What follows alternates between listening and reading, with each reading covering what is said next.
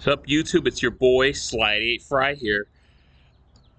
I'm not on my computer. My computer's still being worked on. I've been waiting forever for it to be worked on. I ordered what I thought was the correct part, which was a power jack, or as I called it, the charger port for the laptop itself. It was Dell Inspiron, but it turned out to be the wrong Dell Inspiron charger jack. So now I have to wait for the computer repair guy to order one, which he did order one, but it hasn't arrived at his shop yet. And then after that, I have to wait for him to repair it anyway. So it sucks. I'm going to do this real quick. I'm recording on my wife's laptop.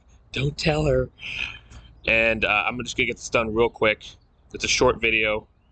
And I'm not going to make a habit of doing this because this laptop is for Paula. I had to install OBS on our computer, which I'm going to immediately delete and uninstall after I'm done with this because it's her computer. I can't leave my stuff on it. My computer, we left both our stuffs on it, but it's been mostly my computer because of my desktop failing. So the laptop that was supposed to be ours became mine, and I got her own laptop for Christmas. A much better laptop than mine, since it's much newer. It's HP. It has an SSD instead of the whatever the hard drive I had for it. The Wi-Fi, I don't know what it's called, but anyways, let's get this done real quick.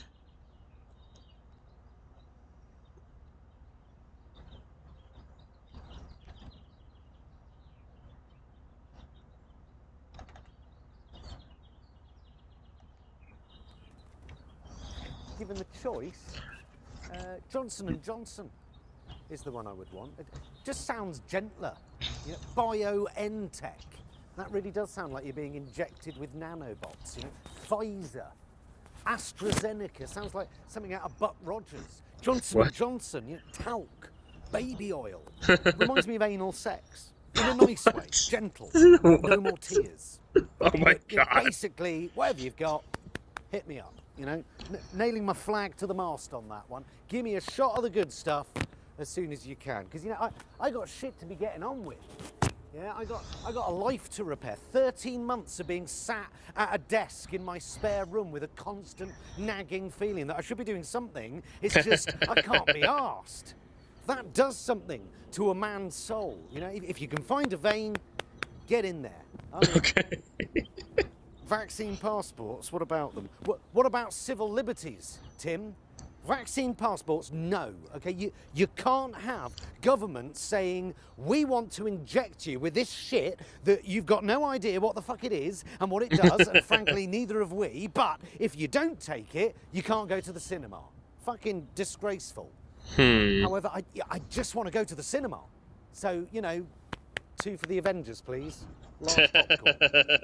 Vaccine passports for the day-to-day shit. No, you know, but I'm not going to argue with anyone who doesn't You want wore the the mask, vaccine. it's You not know, working. someone going, I'm not having it, I don't know what's in it, whilst eating a Greggs sausage roll. You know, whatever you say, mate. You know, my parents didn't give me vaccines and I've never been ill. Well, you know, that's probably because everyone who has had a vaccine is protecting you from, you know, polio, tetanus, whooping cough, rotavirus, you know, that thing when a child shits itself to death. That doesn't happen so much these days, does it? The pox. Ooh.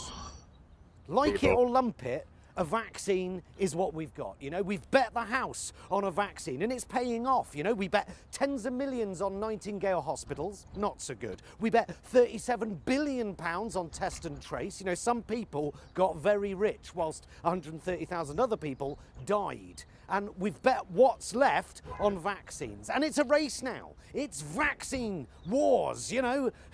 Whoever gets the most wins. Vaccine nationalism. Let's put a flag on the side of bottles of British vaccines. Why? Because it will increase our standing on the international stage as a global Britain. No, it'll make us look like a bunch of self-important tits. It would, yes. It very much would. It's quite clear what Britain really thinks about the rest of the world. Britain's contribution to the fight against global warming is due to be slashed in an act that breaches our own laws. During a global health crisis, we're slashing £5 billion from foreign aid, forcing decades of progress on poverty, healthcare and education into reverse. And for the first time ever, UNICEF may have to step in to help feed Britain's poor. Imagine that, UNICEF They should be busy giving goats to African villages, not airdropping food parcels of Dairylee and Bovril to the council estates of the 6th largest economy on the planet, whilst a supremely Yeah. entitled multi-millionaire sits in number 10, choking the life out of the British welfare system with his aristocratic farts. I'm here in central London. The sun is Wow. trying to get out. The pubs are open and normality is beginning to return. Normality is also beginning to return here as well. It's beginning to. When I went to visit my family who moved to Idaho, I still live here in California. If things get really bad here, I might move to Idaho and get help from them, but I want to make it on my own. But anyways, when I visited them up there during Christmas, there was one movie theater in the entire area I was at. They live in Nampa, which is like about 30 minutes away from Boise, and there's a bunch of towns in between, Meridian and Caldwell and stuff like that. But there was one movie theater open in the area, which I think was in Meridian, and we had to actually do reserve seating in advance. That was the only way. Now, but when I came back here, there was all the theaters in this area were still closed down. But now, yes, the theaters here are opening up. The Roxy Stadium, which is over here in downtown Santa Rosa, I think it's the biggest movie theater in all of Sonoma County.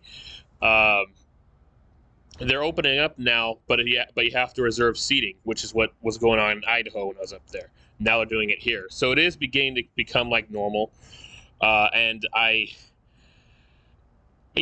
for it as long as we do it safely, and things. It looks like things are starting to pick up. I suddenly just remembered that really messed up Recall Gavin Newsom movement. Now, don't get me wrong. I don't think Gavin Newsom is establishment Democrat. I would rather have a progressive as the governor of California, but the Recall Gavin Newsom movement is actually pretty terrible. It's completely right-wing, which means that they actually clearly had an agenda to remove somebody who was a Democrat. And they can claim that it's because of his handling of the pandemic and strict closing down of stuff that was the reason, but the movement started in 2019 before the pandemic came. Plus, the groups of people who backed up the Recall Gavin Newsom movement are horrible people. The moronic assholes who stormed the U.S. Capitol building, the KKK, the other group of white people that are racist, I forget what they're called, and other really bad ones like anti-abortion ones and stuff like that. Anyways, moving on. It's nice to see that things are improving here.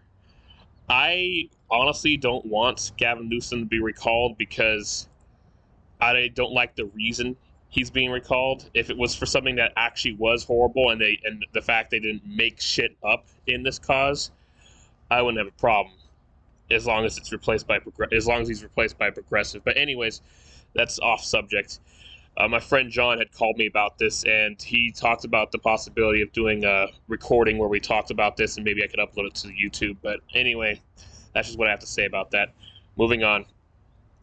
There is a sense of normalcy coming back. People still have to wear their masks, of course, which is fine. I don't mind that. Even right here in this very mall, Santa Rosa Plaza, the food court is opened, and oh my gosh, I'm actually, believe it or not, a bit antisocial. So is my wife. She's even more so. She actually has agoraphobia. But it just was so calm and pleasing that nobody was in the food court except for nobody was sitting in there. There was just the restaurants you ordered from, and then you'd leave with a to-go order. But now that people are sitting at the tables there, I'm like, I hate this. There's too many people. It's driving me crazy. I actually wanted to do a video for a long time about, an introvert's perspective of the pandemic. And I feel like I would have actually played that role perfectly because I am pretty introverted. But and I've already had experience making comedy videos before, but the problem is I couldn't find my camcorder. And now that South Park did it with Cartman in the pandemic special, now the idea of it just has lost its luster. Anyways, as for my Sonic movie review, it's coming, but it's going to be delayed, like badly. And I have to get my computer back so I can edit the video. And I still haven't got my computer back. So, anyways, that'll do it. Thank you so much for watching. Please like, comment, and subscribe, and click that bell icon to add me notifications. Goodbye.